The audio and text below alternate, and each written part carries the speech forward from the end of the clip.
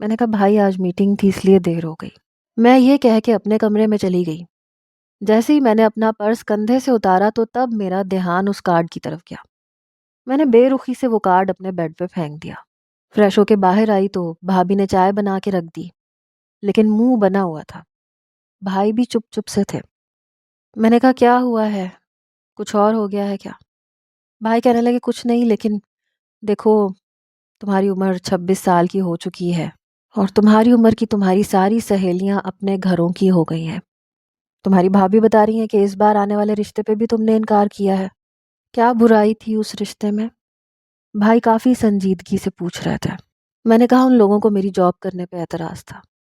فرقان بھائی کہنے لگے تو پھر؟ میرے خیال سے تو اس میں کوئی حرج نہیں ہے، شادی کے بعد تم جاب مت کرنا۔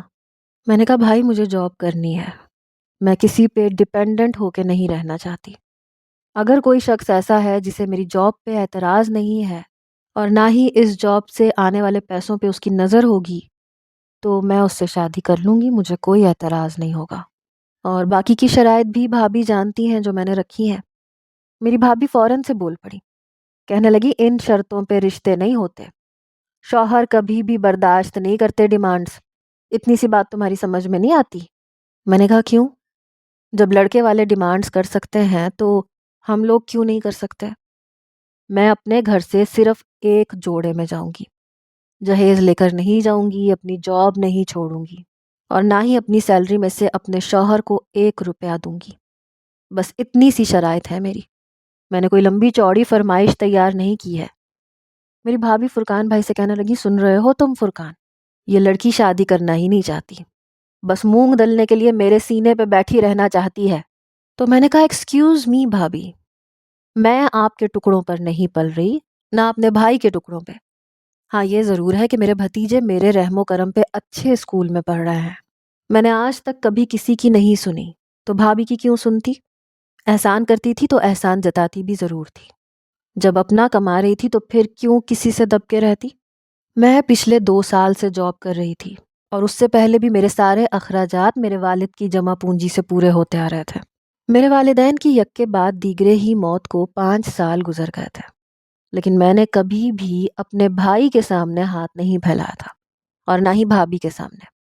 میری بھابھی کا مجھ پہ بس یہ احسان تھا کہ وہ کھانا اور چائے بنا کے رکھ دیتی تھی۔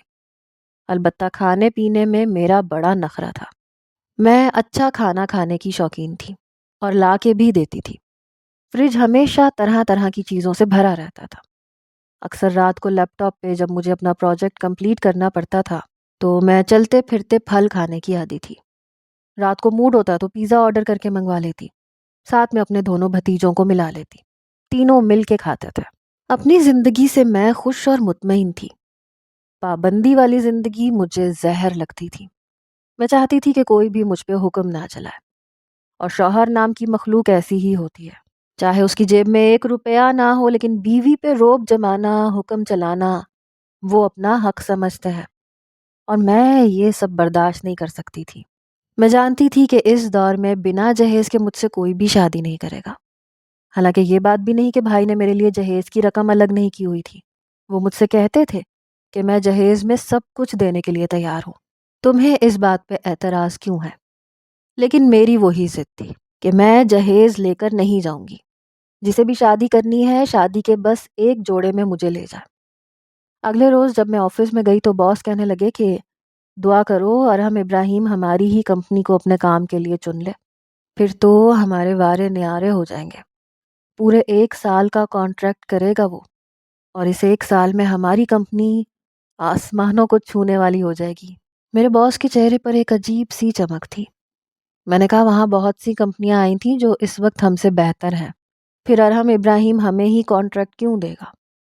وہ کہنے لگے اس کی کال آئی تھی، کہہ رہا تھا کہ کل صرف ہم سے میٹنگ کرنا چاہتا ہے، اور اس کا مطلب تم جانتی ہو۔ میں نے کہا یہ تو بہت اچھی بات ہے۔ فیصل صاحب بے حد خوش تھے، وہ کہنے لگے دیکھو کل میٹنگ ہے اور سب کچھ تمہارے ہاتھ میں ہے، تم پریزنٹیشن بہت اچھے طریقے سے دینا تاکہ یہ کانٹریکٹ ہمیں ہی ملے، وہ بھی ہر حال میں۔ میں نے کہا سر میں اپنی پوری کوشش کروں گی۔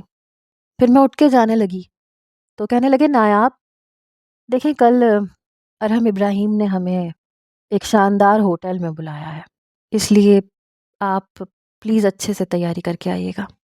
میں نے کہا نو پرابلم، میں ویسے بھی جاب کرنے کے سارے اصولوں کو جانتی تھی۔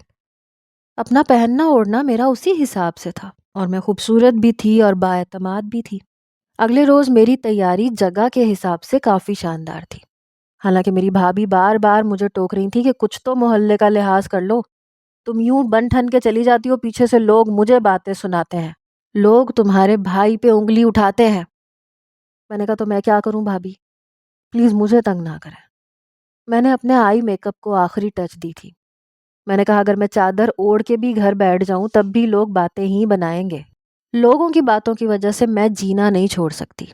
آپ بھی ایک کان سے سنیں دوسرے کان سے نکال دیں، اللہ میاں نے دو کان اسی لیے ہی دیے ہیں، ایک کان سننے کے لیے اور دوسرا باتوں کو اڑانے کے لیے، اس لیے فکر مت کیا کریں اور نہ ٹینشن لیا کریں۔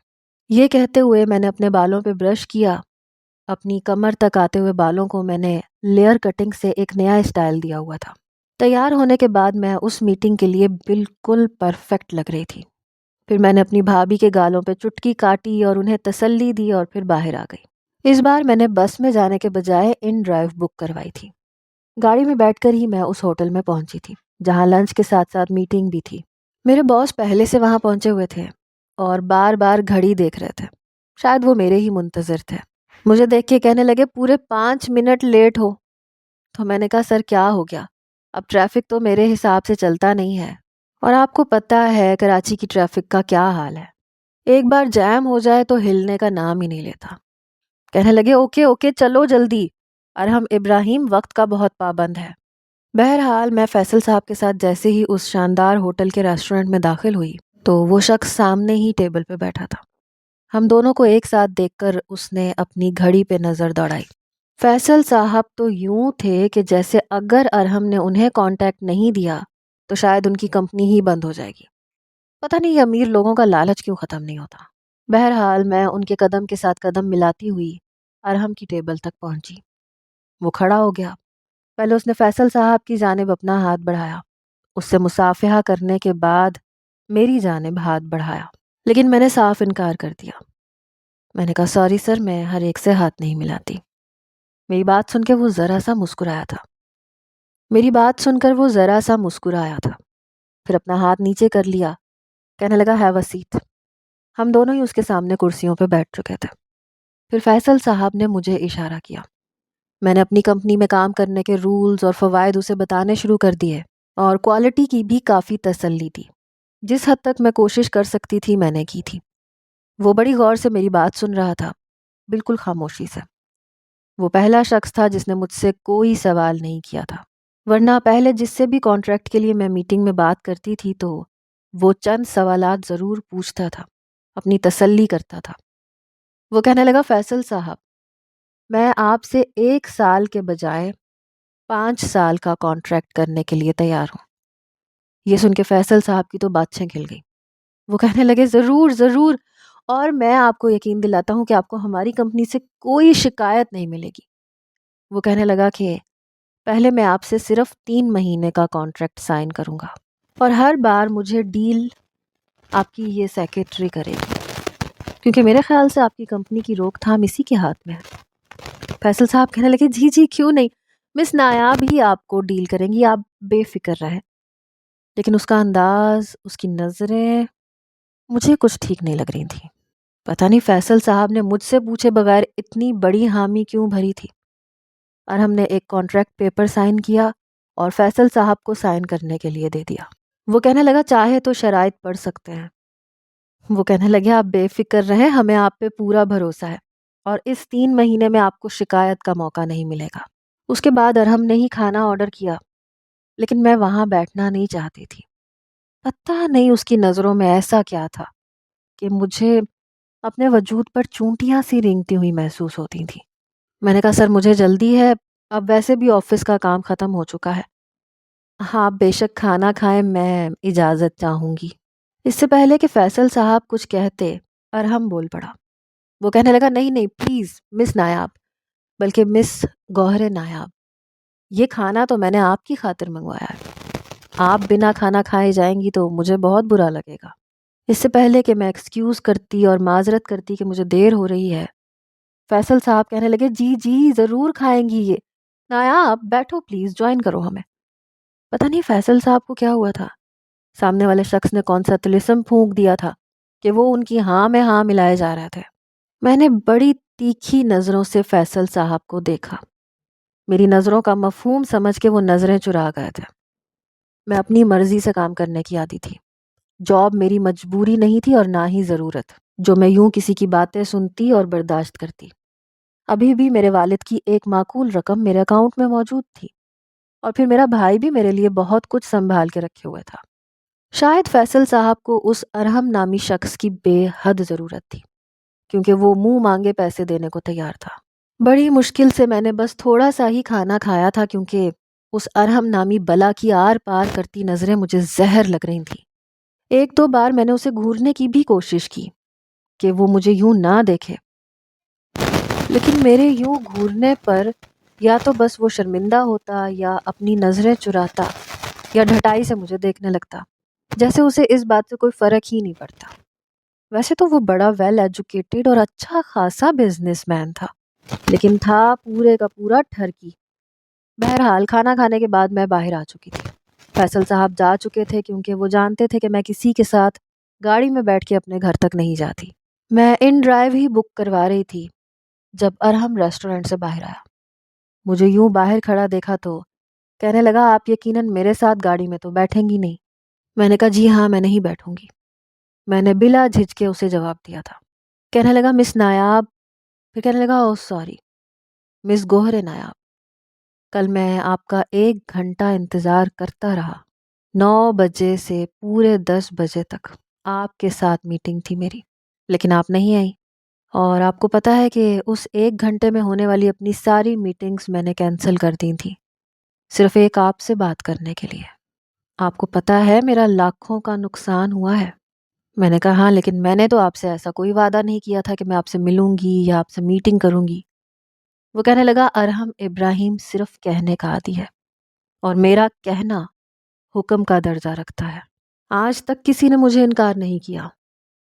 مجھے تو یہ سمجھ نہیں آ رہی تھی کہ وہ شخص اپنے آپ کو سمجھتا کیا تھا۔ میں نے ہر جگہ اپنا نام نایاب بتایا تھا، حالانکہ میرا اصل نام گوہر نایاب تھا، لیکن اس نام سے کوئی بھی واقف نہیں تھا۔ آفس میں سب مجھے نایاب کے نام سے ہی جانتے تھے، لیکن جس طرح وہ بار بار گوہر نایاب کہہ رہا تھا، وہ شاید یہ دکھانا چاہتا تھا کہ میں اس کی اس انفارمیشن پر حیران ہوں گی، حیرت کا اظہار کروں گی، لیکن میں نے پرواہ بھی نہیں کی۔ میں نے کہا مسٹر ارحم میں اپنی مرضی کی مالک ہوں، میں نے آج تک کبھی کسی کے حکم کی تعمیل نہیں کی۔ مجھے آپ سے ملنا ہی نہیں تھا تو میں تو آپ کا کارڈ تک پھاڑ کے پھینک چکی ہوں۔ کہنے لگا یہ تو آپ نے اپنا ہی نقصان کیا ہے، اپنے پاؤں پہ آپ نے خود کلہاڑی ماری ہے۔ بہرحال میں آپ کو ایک بہت اچھی آفر دینا چاہتا تھا، لیکن آج نہیں۔ پھر اپنا کالا چشمہ اس نے اپنی آنکھوں پہ لگایا۔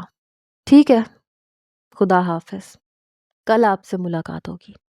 یہ کہہ کے وہ 2 قدم آگے بڑھا، لیکن پھر پلٹ کر پیچھے آیا۔ کہنے لگا بلکہ اب تو ہر روز آپ سے ملاقات ہوگی۔ میں اس کی بات سمجھ نہیں پا رہی تھی، میں کیوں اس سے روز ملاقات کرنے لگی۔ میں نے سامنے دیکھا تو ان ڈرائیو آ چکی تھی۔ میں آگے قدم بڑھاتی ہوئی گاڑی تک پہنچی اور اس میں بیٹھ گئی۔ پورے راستے میں یہی سوچتی رہی کہ آخر یہ شخص خود کو سمجھتا کیا ہے؟ اسے کیا لگتا ہے کہ سب اس کے حکم کے غلام ہیں؟ جسے وہ بلائے گا وہ کسی روبوٹ کی طرح اس کے سامنے پیش ہو جائے گا۔ اگر وہ یہ سمجھتا تھا کہ میں اس کی ملازمہ بن کے اس کے حکم کو مانوں گی تو شاید وہ غلط سوچ رہا تھا۔ اگلے روز جب میں آفس میں آئی تو فیصل صاحب مجھے تاکید کر چکے تھے کہ ورکرز کا کام میں خود سر پہ کھڑے ہو کے کرواؤں۔ یہ کام میرا نہیں تھا، یہ سپروائزر کا کام تھا۔ سپروائزر کو سمجھانا اور ہر چیز بتانا وہ میرا کام تھا۔ میں نے کہا سر یہ ڈیوٹی تو میری نہیں ہے، میں ڈیزائننگ بنا کے دے سکتی ہوں، اور آپ جانتے ہیں کمپیوٹر ڈیزائننگ میں کتنا ٹائم لگ جاتا ہے، اس کے ساتھ ساتھ یہ سب کرنا میرے لیے مشکل ہے۔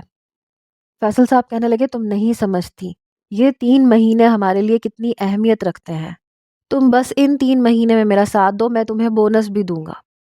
میں نے کہا مجھے اس کی ضرورت نہیں ہے۔ کہنے لگے پھر بھی دیکھو سارا کچھ تمہارے سر پہ ہے، ڈیزائننگ ایک سے ایک ہونی چاہیے، سارا کام ارحم کی مرضی کے مطابق ہونا چاہیے، اور شام کو پلیز 4 بجے تم ارحم سے مل لینا۔ میں نے کہا میں کس سلسلے میں ملوں؟ کہنے لگے وہ بات کرنا چاہتا ہے، ظاہر سی بات ہے تم ڈیزائننگ بناؤ گی تو اسی لیے تم ہی سے ڈسکس کرنا چاہتا ہے۔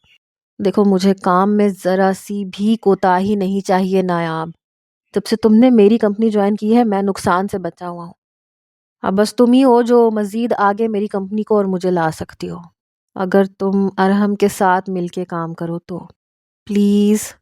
وہ ملتجی لہجے میں کہنے لگا، حالانکہ فیصل کامران عمر میں 40 کے لگ بھگ تھا، لیکن شادی شدہ نہیں تھا، لیکن ٹھرکی قسم کا بھی نہیں تھا۔ وہ بس یہ چاہتا تھا کہ اس کی کمپنی بہت اچھے سے کام کرے۔ ابھی اسے کمپنی کھولے ہوئے بھی بس 4 سال ہی ہوئے تھے، اور 2 سال سے میں اس کے ساتھ کام کر رہی تھی۔ 2 سال سے اسے بہت زیادہ فائدہ نہیں ہوا تھا تو بہت زیادہ نقصان بھی نہیں ہوا تھا، ورنہ مجھ سے پہلے وہ کئی نقصانات کر چکا تھا۔ وہ چاہتا تھا کہ بہت جلدی ترقی کی منازل کو طے کر لے۔ اسے یہ لگتا تھا کہ میں اس کے لیے بہت لکی ہوں، اور جب تک میں اس کی کمپنی میں ہوں اسے نقصان نہیں پہنچا سکتی۔ شاید وجہ یہ تھی کہ میں جو بھی کام کرتی تھی ایمانداری سے کرتی تھی اور اپنا سمجھ کے کرتی تھی۔ میں بھی چاہتی تھی کہ اس کی کمپنی بہت آگے بڑھے، لیکن یہ ارحام نامی شخص میرے مزاج سے بالکل الٹا تھا۔ میں کسی کا بھی روب خود پہ برداشت نہیں کرتی تھی، اور وہ ایسا ہی کر رہا تھا۔ مجھ سے بات یوں کرتا تھا جیسے میں اس کی زر خرید غلام ہوں، اور ایسے لوگوں کو تو میں اپنے جوتے کی نوک پہ رکھتی تھی۔ میں نے کہا سر میٹنگ آپ خود کر لیں، میں آئے روز اس شخص کے ساتھ یہ ڈسکس نہیں کر سکتی کہ اسے ڈیزائننگ کیسی چاہیے، اور آپ جانتے ہیں کہ اس معاملے میں نے کبھی آپ کی بھی نہیں سنی۔ میں اپنی مرضی سے ڈیزائننگ کرتی ہوں، اور آپ جانتے ہیں کہ وہ ڈیزائننگ چلتی ہے، آپ اچھے طریقے سے جانتے ہیں، اور میں نے تو کبھی اپنے کام کو آپ کے ساتھ بھی ڈسکس نہیں کیا۔ میں اس شخص کے ساتھ کیا ڈسکس کروں گی؟ اگر اسے اعتبار نہیں ہے تو اس کی مرضی ہے۔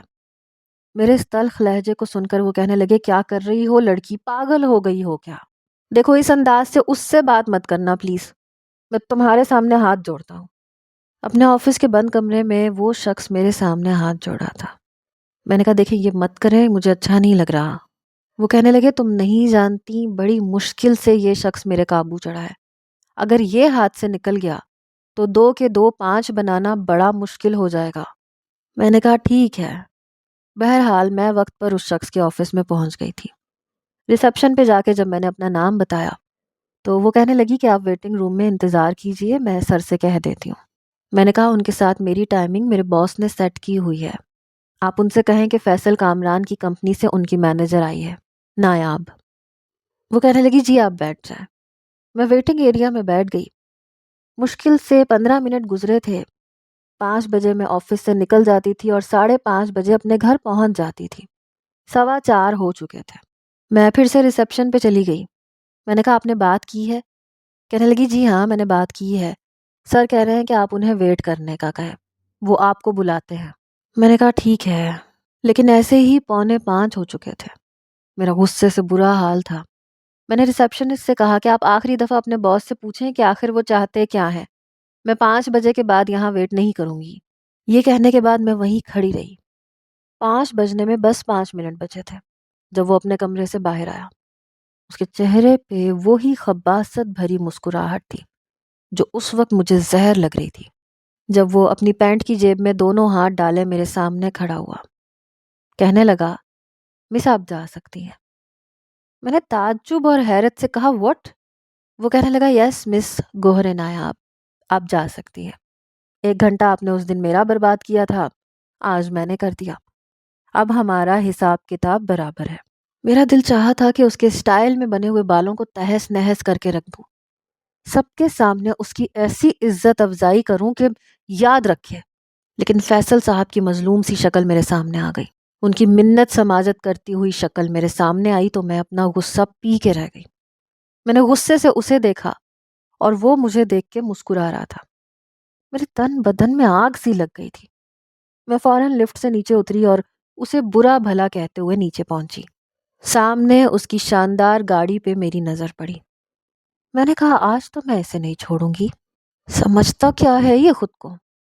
میں نے اپنے بالوں میں سے پن اتاری اور سب کی نظروں سے چھپ کے اس کی گاڑی کے ٹائر سے ہوا نکالنے لگی۔